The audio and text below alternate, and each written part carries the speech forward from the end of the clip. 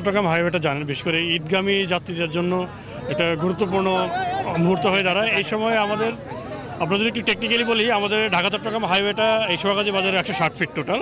আমার রাস্তা হচ্ছে প্রায় 80 ফিট, 70 থেকে 80 ফিটের মতো। বাকিটুকু অবৈধ দখল ছিল, এগুলো টেম্পোরারি টিন শেড আরও বাকি কিছু ছিল।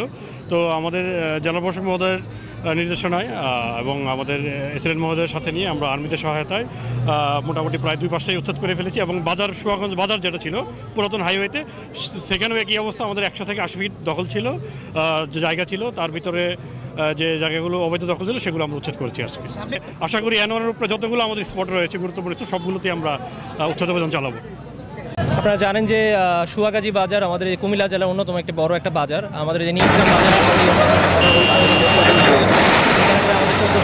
1400 মতো দোকান রয়েছে।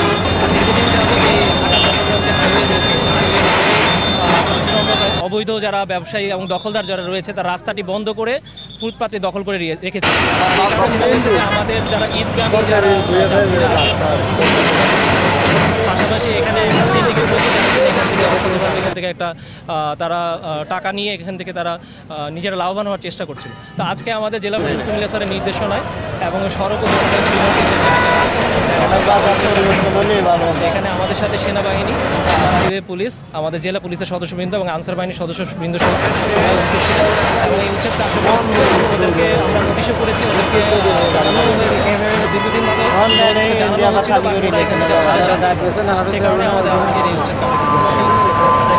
আমরা এটা পরবর্তীকালে মনিটরিং করবো। আমরা এখানে বাজার কমিটি যারা রয়েছে তাদেরকে আমরা অলরেডি রেখেছি, তাদের সাথে মিটিং করা হয়েছে।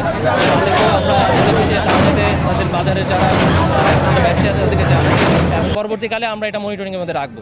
এবং তারা যদি পরবর্তীকালেও এখানে এই জায়গাটা দখল করতে আসে, আমরা কিন্তু উচ্ছেদ কার্যক্রম অব্যাহত রাখবো।